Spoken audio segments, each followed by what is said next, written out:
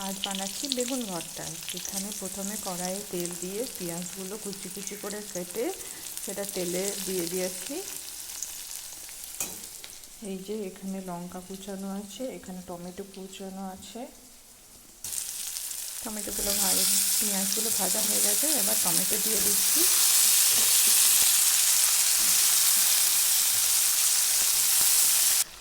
এই যে বেগুন পুরো সিদ্ধ হয়ে গেছে, পুরো গলে গেছে, সেখানে কাঁচা লঙ্কা কুচনোগুলো দিয়ে দিয়েছি।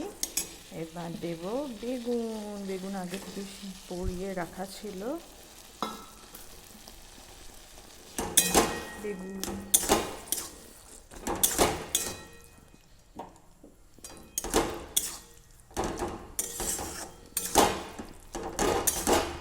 তাতে কিছু ধনেপাতা অ্যাড করলাম। এই যে ধনেপাতা দিয়ে দিলাম। এই যে মিক্সড হয়ে গেছে আমাদের রেডি আমাদের বেগুন ভর্তা।